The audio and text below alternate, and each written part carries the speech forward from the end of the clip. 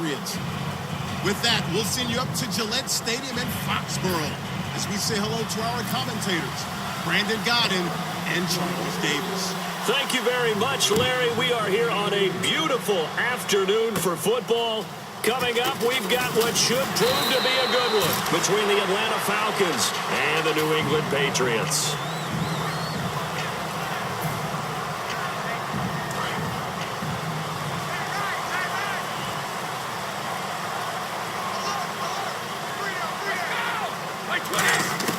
On first down, Brady.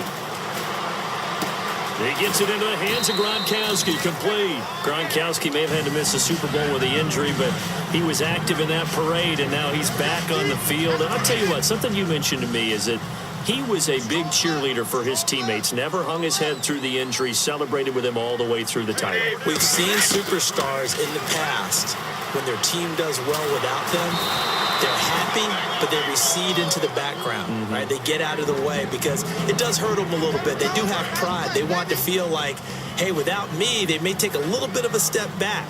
But with Gronk, you never saw that. You saw him with him every step of the way, cheering his team on, happy for their success. They went 11-0 without him in 2016, but I know this, they don't want to try it again. They want the big fella back. First down and 10 now for the offensive group.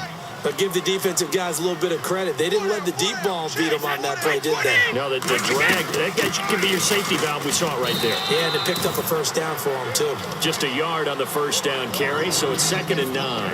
And here we go. We get to see the Falcons again on offense, a crew that last year scored 540 points, tied for 8th most all time. But my question is this, such a crushing Super Bowl loss in the offseason, does that set you back big time, or does that fuel and feed you momentum-wise going forward? It should fuel and feed you momentum-wise going forward, partner. That's exactly how it's supposed to react, and that's what you'll see in the Falcons locker room in the entire offseason. They'll talk about finishing, unfinished business, things of that nature. But we have seen where teams have not recovered from it. Remember the Rams? They got to a Super Bowl, got beat by the Patriots, didn't get back there again. The Broncos in 2013, #1 offense, #1 scoring offense. They didn't get back in 2014, but they did in 2015, so you can recover from it. Into the red zone, it's Brady. And that's caught by Bennett. Touchdown, Patriots. Martellus Bennett, a 16-yard touchdown. And the Pats have taken the early lead. And he is a reliable target. They like to get him involved. They got him involved there for the score. And they should. He's a very good player. Remember, they can use him in certain positions, so many different spots, and he usually comes through for them.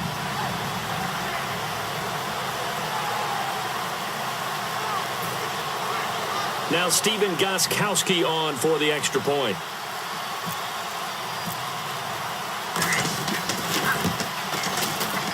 And his kick is no good.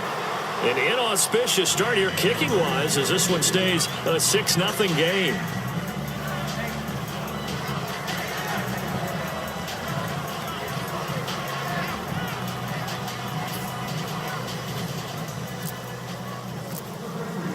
Gostkowski now after the touchdown. He'll send this one away.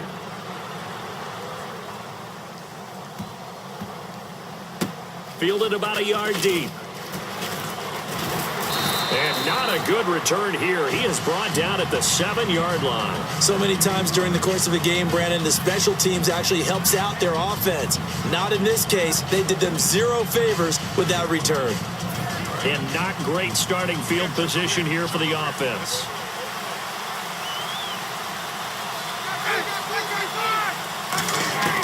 They'll throw on first down with Ryan. Looking for Jones, and it's intercepted. Devin McCourty picks it off. And his guys are going to get the football at the 28-yard line. Okay, partners, New England comes out here to take the field on offense. And this is such an interesting story, how they've been able to do it year after year after year. Guys talk about parity in the NFL. Well, New England has kind of transcended that parity, and they've done it with guys that you don't normally think of as household names. The parts keep changing for New England. That's the amazing part on offense, all right? Offensive linemen change, receivers change, running backs change. We know the one constant is Tom Brady, and that's a huge deal for them. But to be able to do it in what you call the parity times, and you're exactly right, everyone's supposed to be pretty equal. New England still a top 10 offense year in and year out. In 2016, they were number 4, and that helped them with a number 1 ranked defense as well. Brady to throw on second down. Quickly to Gronkowski. That's caught. And eventually brought down, but it's near the 5 at the 6. A nice pickup of 14, and it moves the stick, sets up a 1st and goal.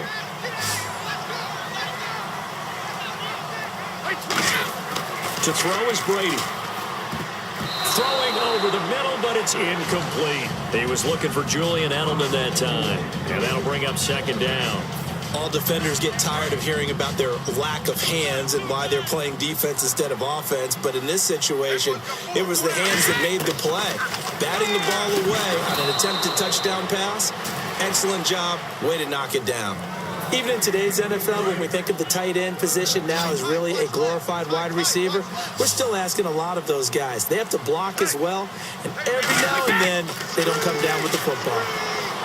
And he'll be hit as he releases it, and that'll fall incomplete.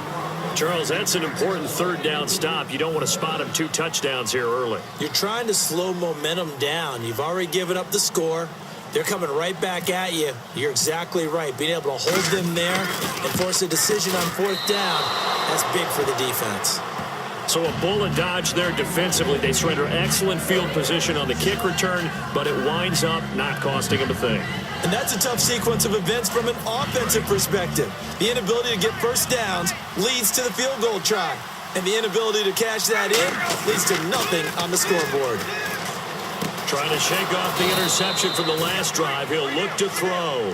Over 1,400 yards last year for Jones. Just 6 touchdowns, but, of course, he had the big 300-yard game. However, when he was blanketed with coverage, he always opens things up for other guys, doesn't he? He does, and that's what's benefited Atlanta's offense. Other guys were able to step up. In 2016, Mohamed Sanu stepped up and had his best year as a pro. Austin Hooper, as a young tight end, really developed down the stretch. And Taylor Gabriel, who had come over as a free agent from Cleveland, he really flourished, actually led the team in touchdown catches.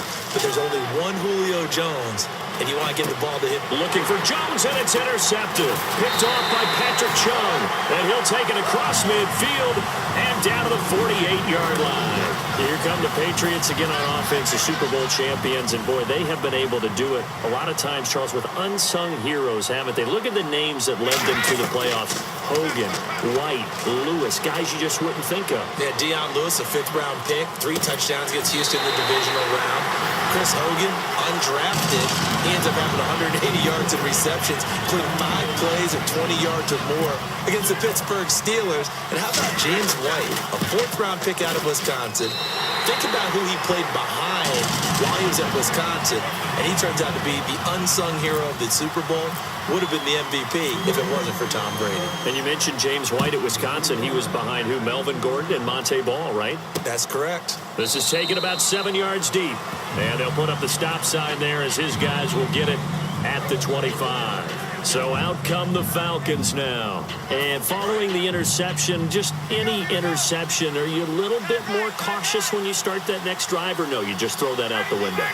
I think you are. I don't think that there's any way you can run back out there and go, totally didn't affect me. Let's just go ahead and be loose with the football. Now whistles come in. We're going to get a timeout here by the offense. They'll have 2 remaining as we step aside here in this first quarter. They go back to the air here after the INT on the last drive. Flushed out right. And here's another interception, the 3rd of this first quarter. Picked off by Dante Hightower. And the return comes to a halt right at the 44-yard line. Now the Patriots offense, they work their way back out onto the field. And they will simply, Charles, be looking to duplicate what they did last drive when they were able to push it in for 6. And they hope it'll be that easy, right? To be able to take exactly what happened before, replicate it. They've got to make a few additional changes along the way because I'm sure the defense will make some adjustments, but they've got to have great confidence having scored the last time out. I've got to make sure that I don't take Tom Brady's greatness for granted, that we make it routine. How about that throw right there? Yeah. Another great completion. And you know one area where he honed his throwing, he was a catcher in high school. He was actually drafted by the Expos in 1995 in the 18th round. Wow, that would have been something to see him behind the dish. Think he's gunned down a few guys? Gunned down a few guys trying to steal second. That would have been fun to watch. Give him 9 on the play, and it'll be second and about a yard. So they're operating in the red zone. So many times you hear today's NFL described as a space game. Get your best players into space with the football in their hands. That's why sometimes you swing it out to your runner, get him out in the flat, and let him have a chance to make people miss an open field. And LeGarrette Blount just does not go down easy. You know, from my experience as a defensive back, this was a difficult guy to try and tackle because of the force that he runs with, and he's not going to be daunted no matter it's the first quarter or the fourth quarter, Brandon. Well, what shocks me about last year, 18 touchdowns. I mean, the yards were pretty good, 1161. But when I think of New England, I don't think of a running back getting 18 touchdowns. Yeah, that to me, it was the combo that made the 2016 season for him. Most yards in his career, most touchdowns in his career by far. And he's the type of guy that, hey, you want to give it to me inside the 5? He doesn't believe anyone's going to stop him. Call it a gain of 2 as they're knocking on the door now. 3rd and goal. The line of scrimmage is the 2 here on 3rd and goal. Now Brady. This is caught. Gronkowski. Just a 1-yard pickup on the play. And that will bring up an interesting decision here on 4th and goal. Now hold everything here. We're going to get a timeout by the offense. They'll have 2 remaining as we step aside here in this second quarter. The offense is going to stay out there. We'll see what the play call is. They need to find the right one here on 4th and goal. They'll go for it. It's Brady. And they hit him as he throws, as this one's going to go straight down to the turf. Incomplete. Atlanta now coming out on the field. And last time, 1-play interception. So this offense, they should be fresh. That's a good way of putting it. And I can't wait to see what they decide to do with play calling. Because a 1-play drive where you throw an interception, a lot of people think the very next time out, run the football, don't give them a chance. Maybe play action? I think maybe you go play action, show your quarterback, get a little confidence in him. And his pass is intercepted for the 4th time today. A great read, and it's picked off. And great field position coming up in the red zone at the 17-yard line. And the Falcons good.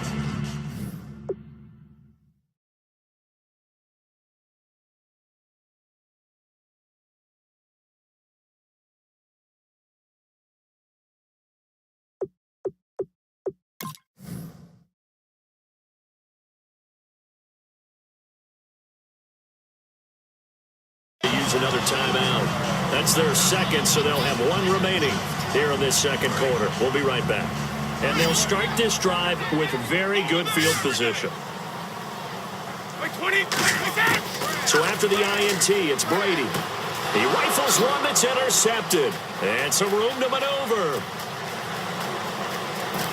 It's a foot race. Past the 20.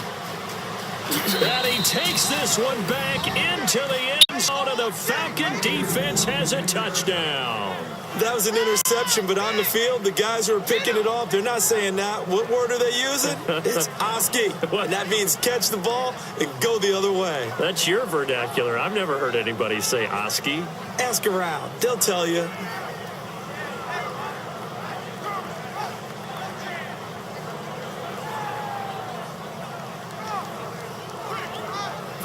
Now Matt Bryant on for the point after.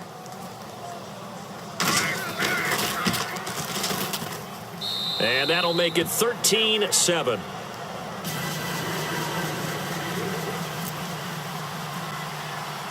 So they'll get another shot on offense following that pick 6. And now the kick is away. Now Amendola. And he's up across the 25 and down at the 28-yard line. The Patriot offense now set to come back out onto the field. And following the pick 6, and they have decent field position in throwing that pick 6. We'll see how they attack this drive. And I think all you say to your guy is, listen, let's just take care of the football a little bit better. Make some better decisions on this drive, and they'll probably help him a little bit with maybe some really high percentage throws early. to let him get settled back in. But they told us they've got confidence. That's not a problem. Yeah, not a problem at all. They just want to make sure they get things settled down a little bit for their offense and give their defense a little bit of a chance to rest. And it pops free. The collision there jarred the ball loose and brings up second down. CD, wanted to get your thoughts just on the landscape of the offseason for each of these teams. Super Bowl in the rearview mirror, but so much going on. People look at the draft a lot, but there's a lot more that goes into the offseason for these front offices, is there not? It certainly is, and then even before we get to the draft, you start with the combine, that's held in Indianapolis every year, and you have about 350 of the top prospects coming together to get their physicals and interviews and on-field performance, and all that will get evaluated along with their game tape.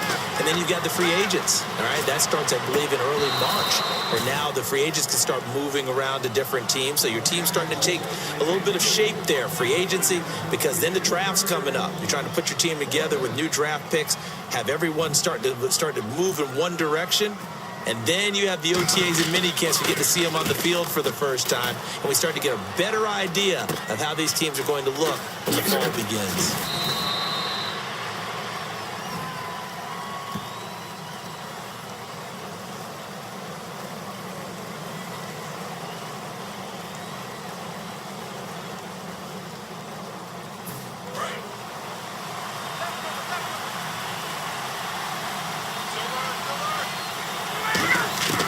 Throwing now, Ryan on first down. And nearly another interception. They've been around the ball all game.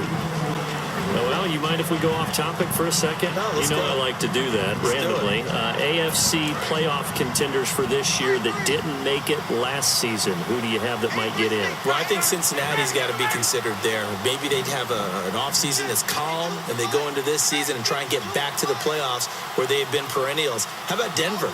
Yeah. Remember last year, they didn't have the quarterback to start. Trevor Siemian played pretty well overall, but maybe they can get solidified there and ride that strong defense right back into the playoffs. I'm going to give you a little bit off the pace. Indianapolis cannot afford to squander Andrew Luck, one of the better young quarterbacks in the game. They've got to get back to the playoffs. And Buffalo, brand new head coach, brand new people running the ball club. Let's see if they can figure it out, because I think defensively they can be awfully strong. 2nd and 10. It's Ryan again. And now here's another interception. Picked off by Dante Hightower. And the return across midfield and to the 46-yard line.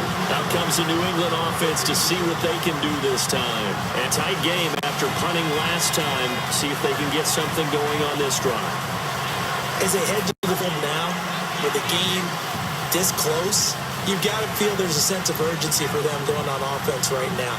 But they have to do it without letting panic creep in and affect their play.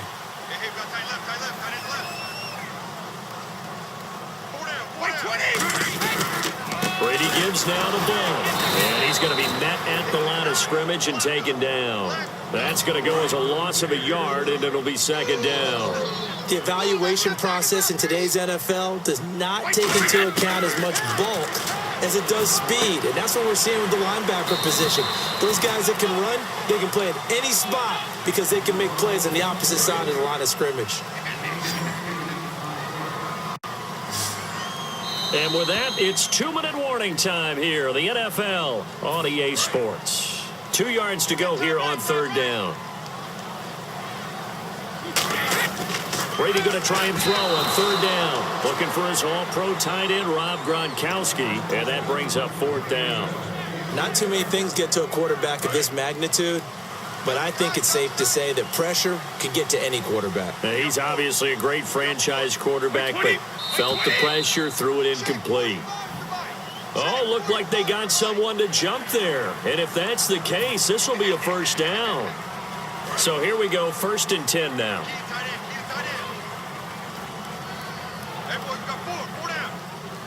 Blunt, the lone running back. To throw, it's Brady.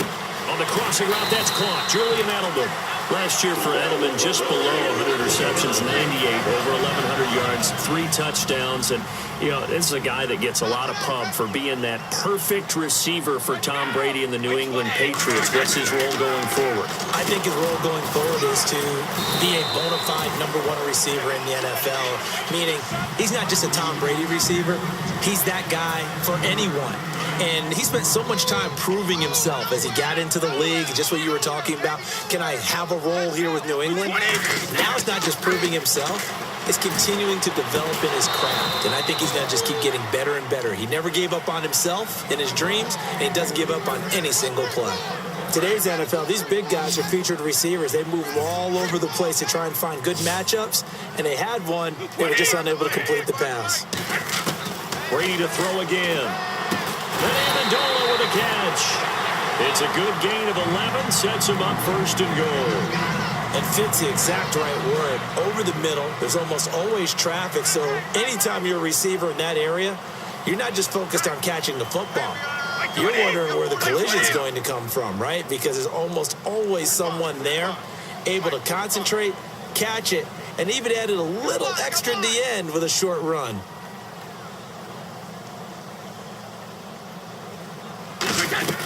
They'll run it now out of the gun. And he's going to get this back to the 3-yard line and no further. Only a yard on the pickup there. 2nd and goal.